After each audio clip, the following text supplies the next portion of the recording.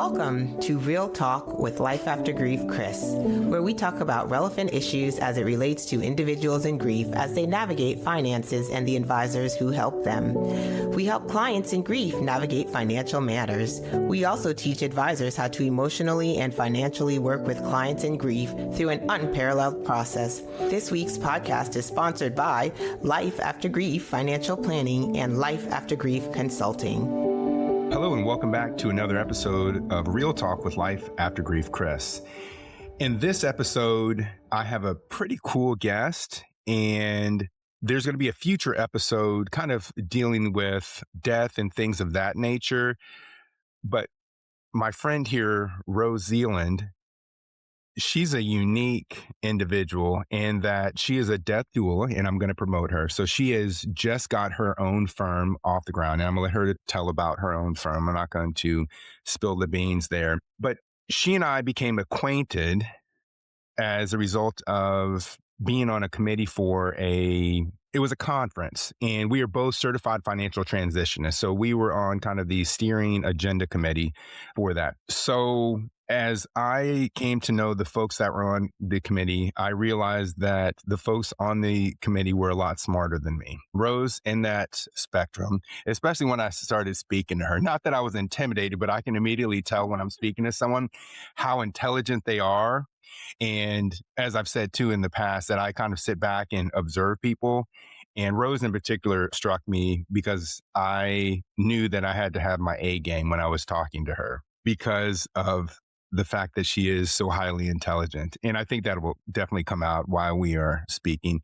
So Rose's practice is pretty unique, and it partners with practices like mine or anyone else's. And I'm going to let her kind of go into that. In a traditional setting, a practice like mine, I have a client, specifically a client that is in grief, and I build them a financial plan. And within that financial plan, it basically will earmark their investments, retirement, insurance, anything under the sun financially. And that's not necessarily what Rose's practice does. Rose, I'm going to let you take it from here. I'm going to let you tell about yourself, and I'm just going to kind of sit back in awe as I have done in the past. Thank you so much. I appreciate it. And I hope I live up to the reputation that you just gave me. It gave me a lot of credit there. My name is Rose Zealand. Just last week, got the approval from the state of Montana to launch my registered investment advisory, my RIA. Yeah, it's a big deal. I'm very excited. And the official launch is this coming Sunday. By the time this is released, I will have already been launched. But Sure. Just a little note about the launch date, which ties into the story and the reason, the purpose, the why behind my work. So the launch date is Sunday, January 25th, which would have been my dad's 65th birthday. He died almost 4 years ago, and it's really his death, his life and death, that has led me to this moment and having this business. My dad died just a few weeks after his 61st birthday, so he died too soon. And it was my experience with his death, my grief, and all the changes that happened in my life afterwards that really prompted me to be right here, right now, and are the through line story of why my business Golden Thread Collaborative exists. I'm very excited to have the official launch date on what would have been his 65th birthday, because it feels like a very full circle moment in my life and a really beautiful way to honor and tribute my dad. As you mentioned, I'm a certified financial planner. I have a little over a decade of experience in financial services, starting in property and casualty insurance, moving to financial advising with a major broker-dealer, working in the independent space, and now my own firm. As you said, I'm also a certified financial transitionist, and I would assume your audience knows what that is, but just to reiterate, or in case there's somebody out there who's not familiar with it, that is a designation that's available to people who are already established financial professionals, whether it's tax or legal or financial planning, who spend an additional year of training and mentorship, learning how to support people who are going through major life transition and all of the cognitive and emotional changes and struggles that people commonly go through when life is turned upside down. So it's very much focused on the human side and the behavioral side of finance. So I'm a certified financial planner, a certified financial transitionist, and I'm also a death doula. And that is the newest credential or experience in my life. And it's a direct result of my dad's death as well. Because one of the insights that I had when my dad passed, and I guess I should say here too, that 20 something years ago, I was a birth doula. So I had been kind of at the beginning of life and present and witness to many lives coming into the world. When I was with my dad when he died, with my hand on his chest as I felt his final heartbeat and felt his final breath leave his body, I just had this moment where I was like, wow, death is almost exactly like birth, just completely different. Sure. There's a magic to the moment when somebody comes into the world, and there's a magic to the moment when somebody leaves. And I don't know that most people would assign that description to death because it is usually shrouded in hardship and loss and sadness and grief. And that's all very real and true also. But the exact moment of that transition, there's a magic to it for sure.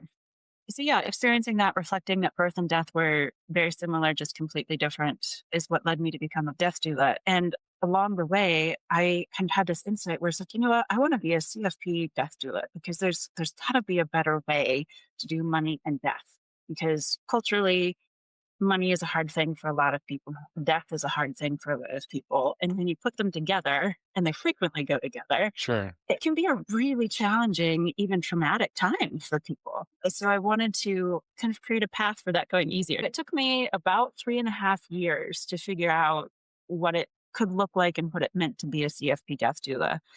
And in the research that I've done, I haven't found anybody else who's doing what I'm doing from the angle that I'm doing it. And I found multiple people who are kind of in your zone of working with people who are widows or widowers or in the space after loss and grief space, but not so much the specific focus on being with people who are living with the diagnosis. So my focus is on working with people in Colorado primarily who are in their 40s and 50s who have been diagnosed with a life limiting illness or potentially life limiting illness and want support with the financial, logistical, emotional, and existential challenges of dying too soon. So it's a very specific market. Sure. And understanding that this demographic are likely in the sandwich generation. So people who have either young kids or just barely launching young adult children, as well as potentially taking care of parents. They're mid-stride in career. They're really just mid-stride in life and getting a hand dealt of a diagnosis that threatens to take their life significantly sooner than anticipated.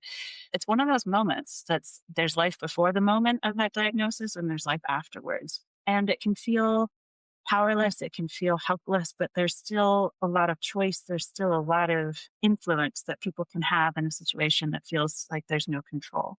So that's really where I come in. The three focus areas where I work are what I call money, meaning, and mortality. The money side are the practical, financial, logistical components of the financial dynamics that shift after you get a diagnosis like that. Things like how your cash flow changes if you're not working as much, so there's not as much income, and how do you recalibrate to that and adjust? How do you leverage existing insurance resources, be it a disability insurance policy, Social Security benefits, potentially workman's comp, depending on the source of the diagnosis, living benefits of life insurance policy? Huge into estate planning and getting really clear on what your intentions are for the people who you love, how you want to take care of them after you're gone. Because that's fundamentally the why behind estate planning is how do you want to take care of the people you love after you're gone. And incapacity planning as well. So making sure that intentions are clarified and that the logistics of the plan match those intentions. This is a quick example of some of the financial side of things.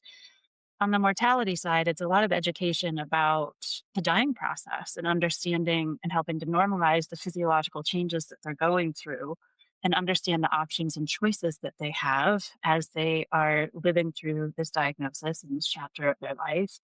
Non-medical forms of pain control, really thinking about telling their story in a way that they want to be remembered.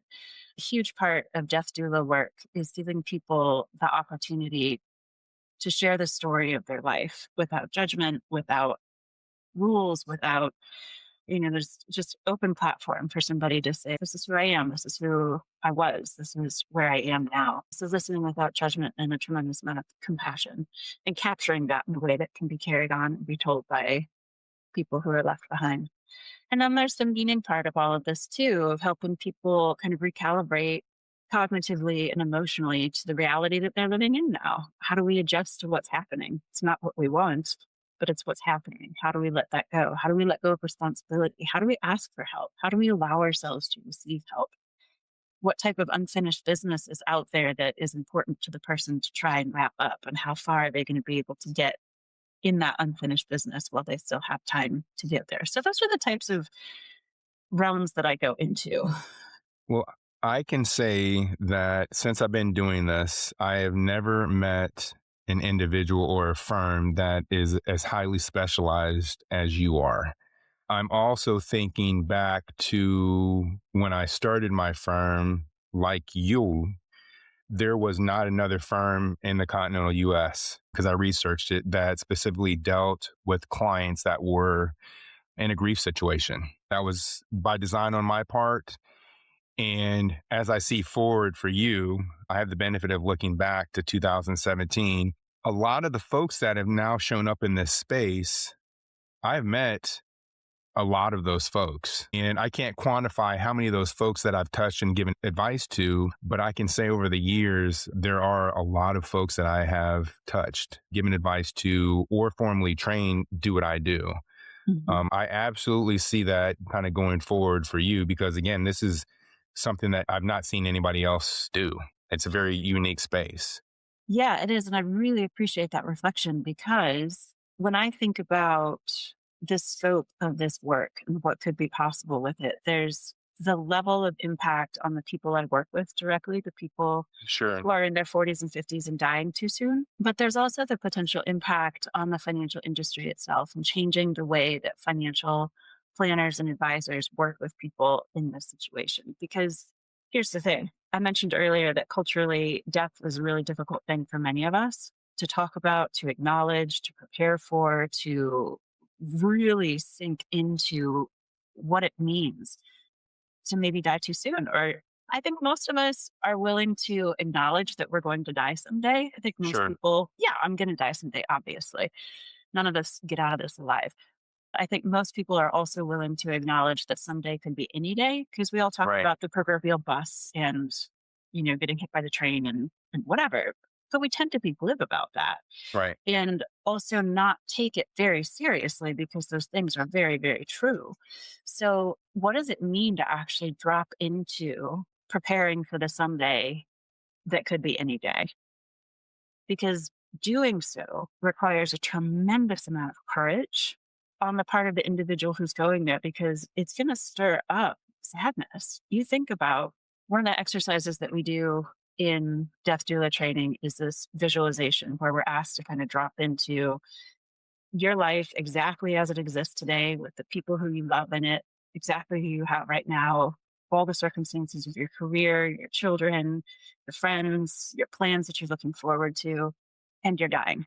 Everything's the same, except now you've got maybe 3 months left to live. And really going through what are the emotional implications of that and dropping into the feelings of getting in that situation and working through it. It takes a lot of courage to do that. And that's what we touch on when we're asked to do things like our estate plan and our incapacity planning. And that's why it's so difficult for a lot of people because having to face the reality of how sad or angry or heartbroken or hopeless or helpless that they would feel if that were their situation is a huge block to doing it. Because financial planners are just human beings.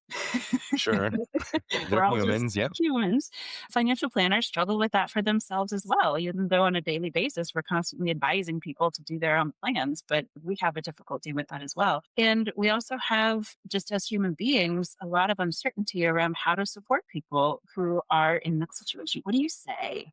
What do you say to somebody who's got stage 4 cancer where there's no cure or there's no curative treatment, something that they can prolong life, but they're not going to get rid of? I'm sorry, that sucks. Right. There's a lot of things that we're sort of conditioned to say that aren't particularly helpful, what we do as platitudes. And so, yeah, helping financial planners, helping the financial industry as a whole understand how to work with people in this situation, how to work with death and dying in a more compassionate and holistic way. That's one of the things that I hope my work does over time. I have a scenario for you. Yeah. And I think we briefly touched on this. I'm going to place Chris Dale outside of this spectrum, but I'm going to give this real life example that I just went through. Again, I'm going to separate myself because my skill set is unique. And so, say that you have a client, and the client that I had, I called him Hugh Breeze, and I brought him up on several episodes. He passed away in November. And the unique situation with him was that we had just got his estate planning done a year ago, November. I had a sense of urgency because of my personal experience that we needed to get his estate planning done, an extreme sense of urgency because I was it for him, basically. And my biggest fear was he was going to be in a situation to where I couldn't give him his own money if he was incapacitated. So that sense of urgency, and I call it a spidey sense, right? Started in August of 2024. And so I was on the hunt to find an estate planner or an agency that could fulfill several needs: power of attorney, executive, personal representative, all of the above. It just dawned on me that one of the existing estate planning attorneys that I was already using for a long time fulfilled all those needs. Her firm would fill in. So his estate plan was done. I believe it was November 26th of 2024. He got in a major car accident in January of 2025. And this is a real life example. And so the attorney had to step in. It was this long process of helping him navigate this window, and he recovered somewhat. And to the point where this was uncharted waters, even for me, was that at that point he wasn't in a death or dying situation. But now you fast forward to October of 2025. He is symptomatic of either lung or heart issues. He goes to the hospital. I call 911 for him, and he goes to the hospital. He's now diagnosed with lung cancer. He doesn't want any extenuating circumstances to prolong his life.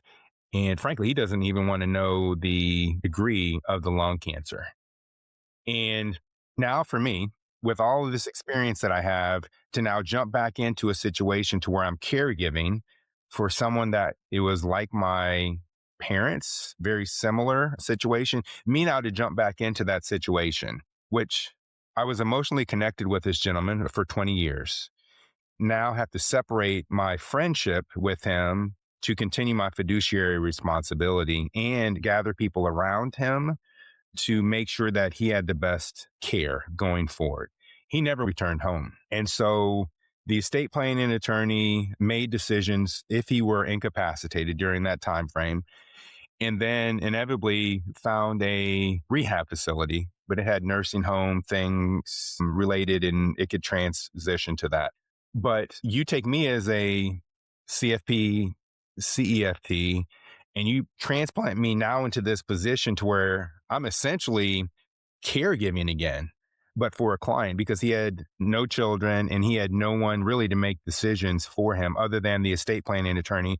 And I'm going to say that I strong armed him to get this done. It really wasn't a strong arm. He was just like, Chris, just take care of it. And I told him essentially, I can't get you things unless you have this paperwork in place. And he's like, all right, let's just get it done. But for me to take that position and take it a step further, I'm at the rehab facility and he's not getting the best care. Mm-hmm. And I know his wishes because he and I would talk on a regular basis, and he was very vocal about, what he wanted or what he didn't want. And so now I'm in a position furthermore to go to this rehab facility and tell them that they're not doing their job and be very vocal about that. And then taking it a step further to getting him a companion that comes every day. I'm not confident that most advisors would be able to step in and do some of those things, nor want to do some of those things. So I'm going to transition now, and I think this is a good transition to how you partner with advisors. Great question. So, I think you're right in that. And it sounds like you had a personal relationship with that individual, that you were kind of flipping between both friend hat and financial planner hat. Sure. And there was an overlap sometimes. We're in both hats at the same time. Correct. Yeah. And I don't think that there's a single financial planner out there who's doing this work from just the love of the impact that we get to have in other people's Right. lives that doesn't have that sort of messy, unclear line between clients who are friends and clients who are clients. So it can be difficult to distinguish that. But I think it's really important to also, as you did, and to be able to articulate what hat are you wearing and what are you trying to accomplish when you're wearing that hat, and what are the kind of limits of the role that you have in that time. So to your point about how I partner with financial planners, yeah, I think because the way that I've structured my business, I am technically an RIA, registered investment advisory, but I'm advice only. I do not manage assets. I do not do long term financial plans, not in there for retirement planning or education planning for the kids. I really am structured a bit more like a coaching contract. I do 16 sessions per engagement agreement over approximately 16 weeks. So it's about a 4-month engagement agreement. And my work is really meant to help stabilize a difficult situation and to help a client who is in struggle. So I think what commonly happens is a financial planner has a great relationship with the client. They're engaged, they're regularly saving, they're taking the advice to varying degrees of implementation. And all of a sudden, this diagnosis comes and they stop coming in for appointments, or they get combative, or they get really contradictory, where one meeting they want this and the next meeting they want this. And so the financial advisor feels like they're chasing their tail, running around trying to execute a whole bunch of things really fast with a client who doesn't really know what they want. Their behavior is fundamentally shifted. And most financial planners aren't trained on how to, or kind of like aren't really grounded in how to work with clients who are going through those types of behavioral changes in that way, or cognitive changes. So because I'm not competition for a financial planner, because I'm not taking clients away from them, because a lot of financial planners right now are getting paid for the assets they manage. And since I don't do that, I'm not going to lure anybody away from them. But being able to partner with a financial planner to help support a client who's in struggle, to help them help the client regulate and come back to a place of being grounded and being able to make informed decisions and to integrate the experience that they're having, that requires a lot of effort. And it's a degree of time that a lot of financial planners may not have to be able to spend with that type of a client while they're also trying to do everything that they do for everybody else as well. So for me to be able to partner with a planner who already has all of the financial information and has done the projections and can really quickly model different scenarios, and to be able to execute insurance or trades or whatever the case may be, while I'm communicating back to the planner some of the qualitative things that we're discussing and the reason and the purpose and the focus and what we're doing, there's a really nice partnership there where I'm supporting the financial planner to be more effective at what they do with the client who's in struggle, and supporting a client to feel like they are not being pressured or, to use your language, strong armed into doing anything before they're ready to do it. And, I'll acknowledge there's a delicate balance between getting things executed while there's still time to do it, and also not pushing somebody to do things before they're ready or fully, purchased and bought into the idea of what's happening. So that's how I work with financial planners. And I believe that my primary source of referrals will actually come from other financial planners rather than direct marketing people in my demographic of who I'm hoping to work with, because I can take such a huge burden off of a financial planner's shoulders. So is it safe to say that your clients, so to speak, are going to be financial planners, or your clients are going to be the clients of financial planners that are in this life altering situation, or a combination of both? No, it'll be the clients of financial planners who Gotcha. are living with a diagnosis. Gotcha. Okay. I could see a future world someday where my client is the financial planner and they're paying me to help them do the work directly in kind of a consulting capacity, but that's not how I'm structured at the moment. Gotcha. Okay. Yeah. I wanted to just make sure of that clarification, because I have received some questions in terms of that, specifically in some of the training that I have done for some folks. And so, again, that's a very, very unique aspect. And I think it's a huge offer for a financial planner. I think when you had mentioned it, said that maybe don't have the capacity to do it. And I'll venture to say there's some folks that don't want to do it as well. Yeah. And so the capacity, maybe not the right skill set, knowing your own kind of weaknesses and opportunities, but have a good heart and still want to do the right thing and maintain the client structure. I'm not one to curse, but that's a heck of an offer to help someone. And I'll Yeah. refrain from cursing on the podcast. But I can just think of so many folks who have had a client that was in a life altering situation. Actually, it was my first consulting client. He had no idea what to do. He had no idea, kind of expectation wise, how to work with the client. And it was just for him to have a situation to where he could get some information. And your engagement is great. I think 16 weeks, if I'm not mistaken, is a great engagement because you get a lot of information. The client, and they can feel a lot better as much as they can be in a life altering situation. So the wheels are spinning. And as I'm looking down to, I didn't tell you this, but I was taking notes. And so, I mean, it's huge. It is absolutely huge. And I can also think of some advisors who chose to opt out. You have to know your own strengths and what your limits are. And opting out, I wouldn't necessarily say is a bad thing, but if you're going to opt out and make sure the client has a safe place to land. Correct. Exactly.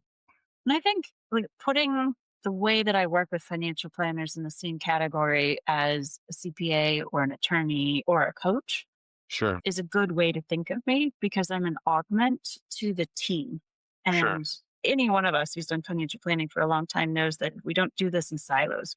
Unless a financial planner is also a CPA and or is also an attorney, those are things that we don't do. We don't give tax advice. We don't give legal advice. And we just don't. So we partner with people who do. And we kind of Sure. work as a team to support the client in this holistic way. I am somebody who exists on that team who brings a really unique skill set and perspective to support the work of everybody else on the team in the unique way that I do without taking away from the importance of anybody else on the team. We're all essential players. And I think to that end, my business name is Golden Thread Collaborative.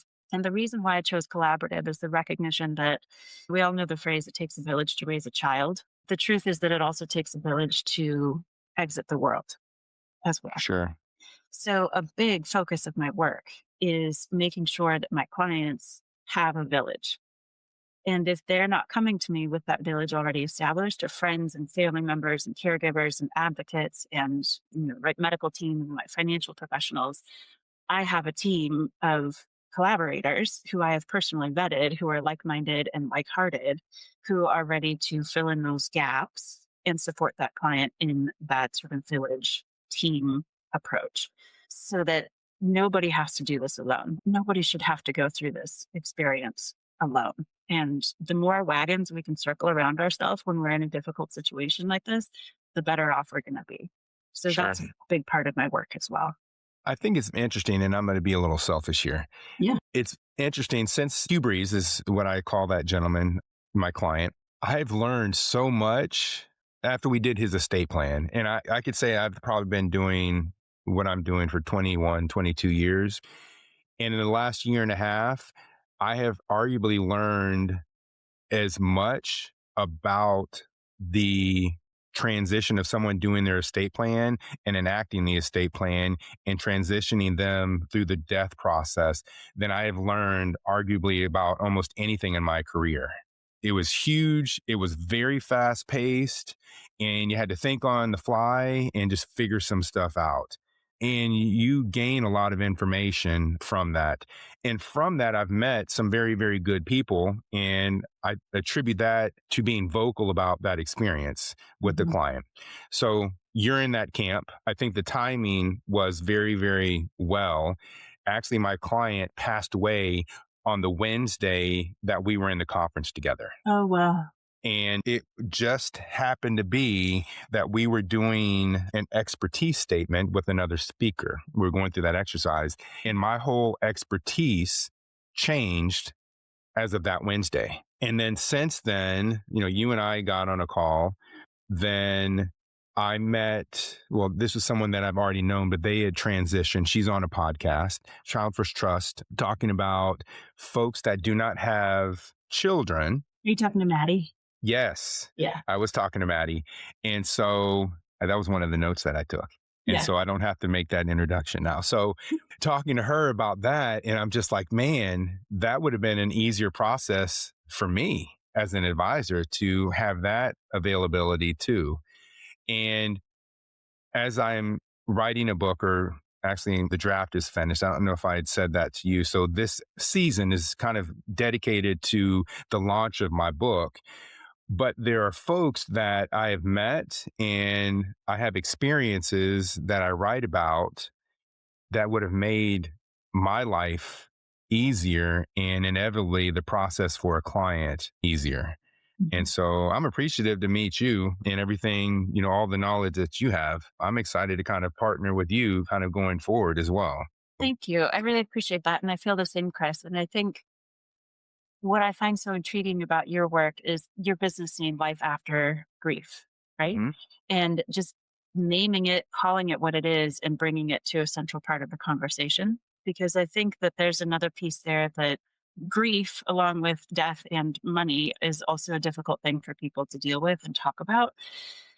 And when, my clientele, people who have the diagnosis, grief conversations and grief recovery and grief support are typically focused on after the loss. But there's a lot of grief in the room when you have the diagnosis as well, because your Sure. life has just changed. And when there's major change, there's usually grief associated with it. So, working in that capacity to support people who are grieving in an anticipatory way Right. about what's coming, and then also being able to make the transition to working with the people who are left behind, understanding that they're going through a grief process as well. That's a whole other realm where financial planners are, again, just humans and may or may Sure. not be well positioned to deal with that. And so the service that you're doing of working with clients directly, but then also teaching other financial planners how to be more skillful and effective at working with people who are in grief, grief being a perfectly normal, natural, and healthy physiological response to loss. It's a hard place to be. And again, it's another thing that we avoid. So the way that you're supporting people is truly revolutionary and so necessary, and a great continuation because, again, looking for partnerships and people who I'm interested in collaborating with long term, my primary work is with the person who has the diagnosis and may be dying. And I provide some limited support for survivors, call it the epilogue service, for like the first 6 months after death to be able to have some initial support through the estate administration process, the trustee process, just initial grieving, kind of reprocessing the death, giving people an opportunity and a safe place to talk about what's going on. But there's a lot of financial work that needs to happen after a death as well. Everybody's estate plans need to get redone. Insurance needs to get revisited. Bank accounts retitled. There's a lot of work, and that's not my zone. And so Sure. being able to partner with financial planners who I know and trust to be able to work in a holistic, compassionate way with people who are in grief is really important to me. So I'm excited that you exist. I'm excited that the network of people who you have trained exists, and to know that that's growing capacity within the financial planning arena. Sure. Awesome. Yeah, I'm thinking about a thousand things right now. One of which the connection with Maddie Roach. So she will be on a podcast this season, Great. which is cool. I had no idea that you both knew each other.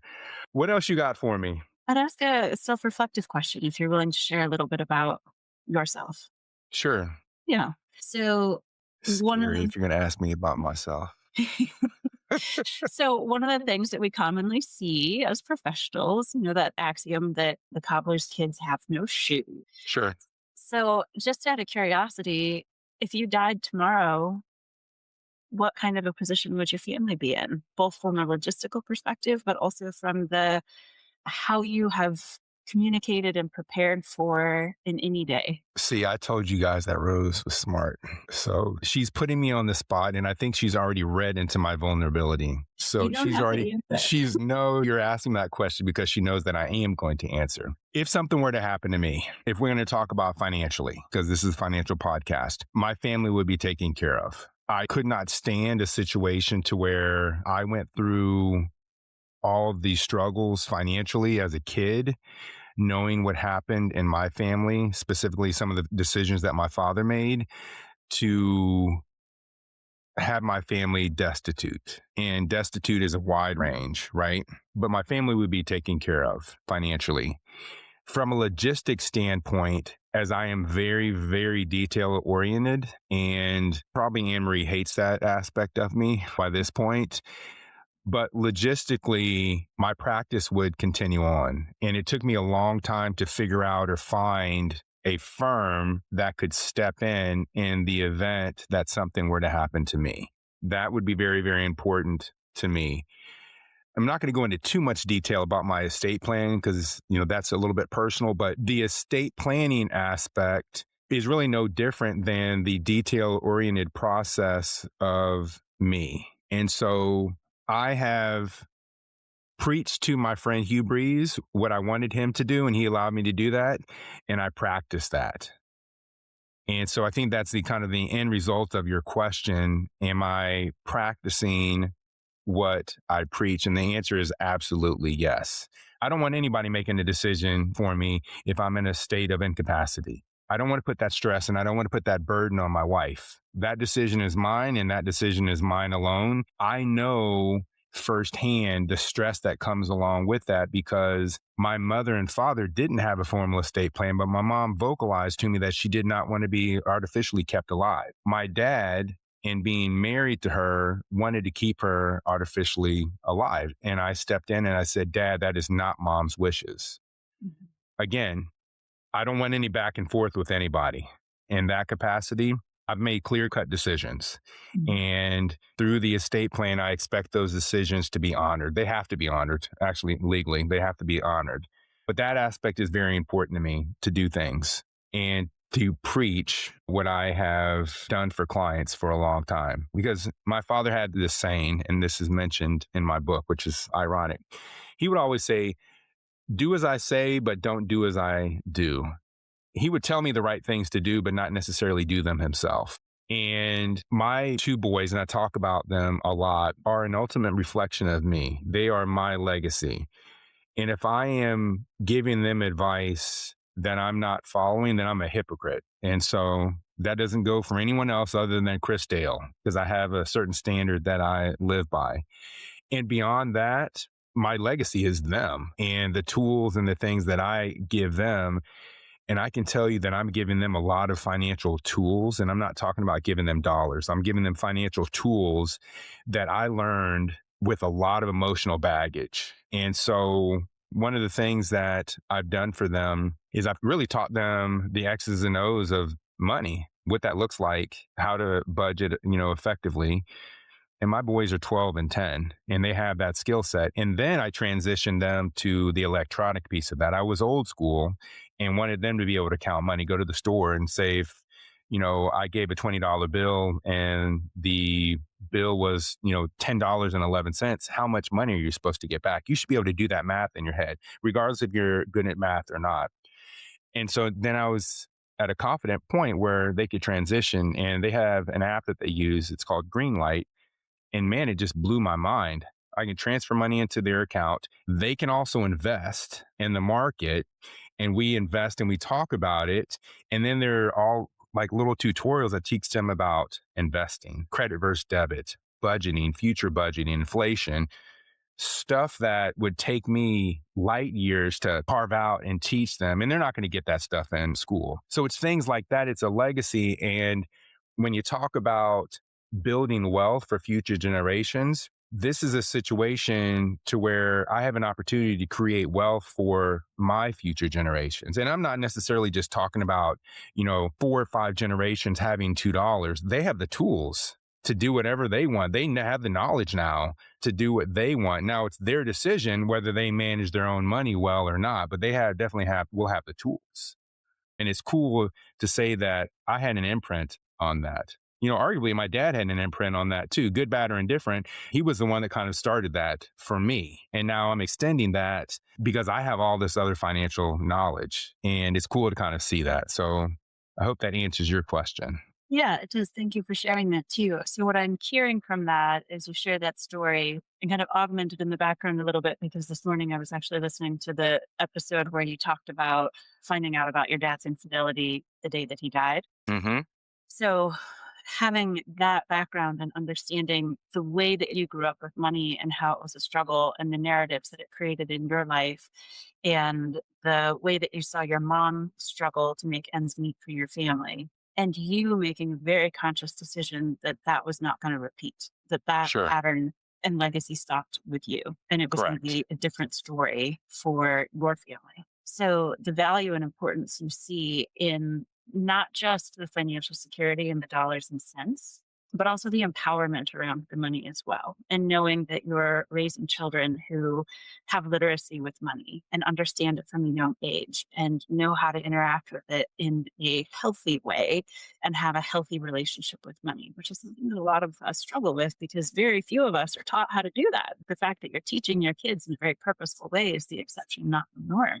And it tracks with the profession that you have that you would do that as well. But there is that deeper root and that reflection of your own upbringing. And I think so often we become who we are because of or in spite of our parents. Sure. And, I hear flavors of both the because of and the in spite of in your story and the way that you're doing things differently for your kids. So, yeah, that's a beautiful way that you're intentionally going about that. So there's one thing that you had mentioned in regards to teaching my kids about money. So one of the things that I did not get growing up because I was always running, because I was scared of being in a destitute situation, is when you go and you do something and you accomplish something. Let's just say when I became a CEFT, and the natural course is you stop and pause. Not my natural course. You stop and pause, you reflect, and you congratulate yourself for it. That was not my norm. My norm was, okay, well, you get this, you accomplish this, you keep moving because the bottom could fall out. You never know when the bottom could fall out. It wasn't until I taught my boys, and again, when I say I, this is a combination of Anne Marie and I, taught our boys to take pause in your accomplishments. And it was very hard for me to do that, but I saw them doing that and I had to start doing that for myself. And it was very hard because there was something that was very foreign to me. They'll accomplish something, and because they have their own source of funds, they work, even at their age. They'll stop and segregate money and say, I'm going to save for this goal, or I'm going to reward myself this way. And I'm like, man, that is pretty cool to see that they are rewarding themselves. And so now when I accomplish something, I have to reward myself and I want to reward myself. And it's a complete change in mental philosophy for me because I felt that maybe I didn't necessarily deserve the reward or I had to keep going. It wasn't even a check mark. It was just something in the course of my life. I had to just keep going because I was running away from something else. And so you learn a lot through raising kids. I'm very fortunate because I have two very, very good boys that are teaching me arguably as much about life as I'm probably teaching them. And so that's fun. That's a fun dynamic to be able to reflect on.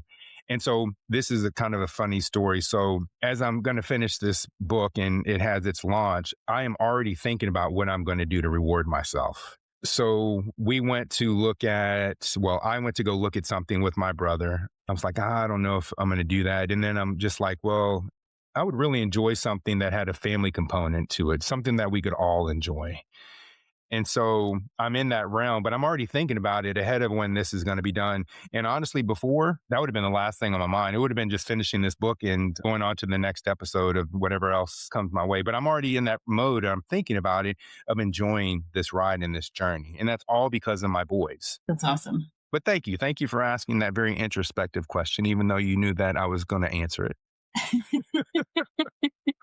It's always interesting to hear people's responses to that, and they really vary and they're very wide in responses. So. As I've heard as well. So cool.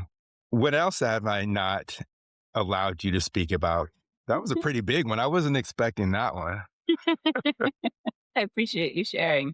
I guess the last thing, or just kind of as we kind of come to a close here, my website It's a great place to learn more about my business and my work, my philosophy, my focus. It's at deathandmoney.com. All in it, what it is. That's easy. Yep. If anybody who is listening is in a situation of being too young to be dealing with a big scary diagnosis, I do have a form on my website to inquire about my services. It's just a kind of a quick intake to understand where you are, and I'm here. And for financial planners out there who are listening, who have younger clients who are dealing with a big scary diagnosis, I'm here to support you as well. So I'm looking forward to having this business in the world. I've kind of used a birth and labor and delivery metaphor for this whole process, because the conception of the idea was 3.5 years ago, and it gestated for a really long time. Sure. And it wasn't until January of 2025 that there was enough clarity on what I wanted to do and how I was going to do it. And that was by working with an extremely talented business coach. Can I give a shout out to my business coach? Sure, you can. Absolutely. Yes, it's Joetta Johnson. She's the priestess of finance is her business. Oh, okay. So if anybody's in the market for a unique approach to business coaching, I endorse her. So yeah, she helped me bring it into clarity. And that was kind of like when hard labor began, and then working through the launch. And now the delivery has happened when I got the approval from the state of Montana to go. And now it kind of feels like I have this, wrinkly, squirmy, unformed, highly dependent thing in my hands that's also, while completely dependent on me, also its own entity. So I'm excited now to see how this entity that I've brought into the world grows and how it takes its own form and the direction that it pulls me. And as you know, with kids, you can't control them. You can influence, but you can't control. Right. They are their own things.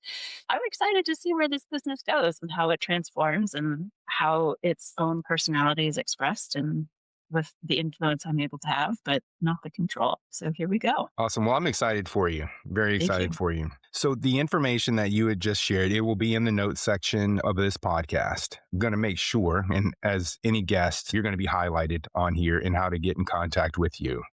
And I appreciate you being on. So, Thanks for having me. yes, I learned a lot. Probably have 10 lines of notes here already. So in the spirit of the podcast, again, anyone that's listening, there is going to be a launch of my book at the end of April.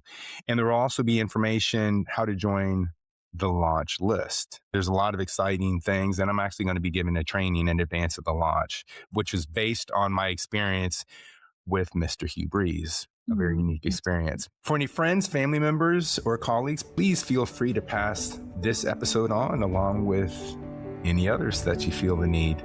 Cheers, be well.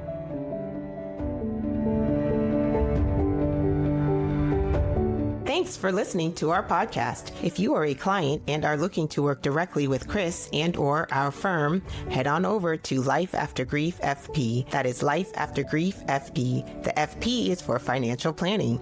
If you are an advisor looking to emotionally and financially work with your client in grief, or if you are a client looking to get your advisor's head in the game, head on over to lifeaftergriefconsulting.com. That is lifeaftergriefconsulting.com. Any related information referenced in this week's podcast will be located here in the podcast section.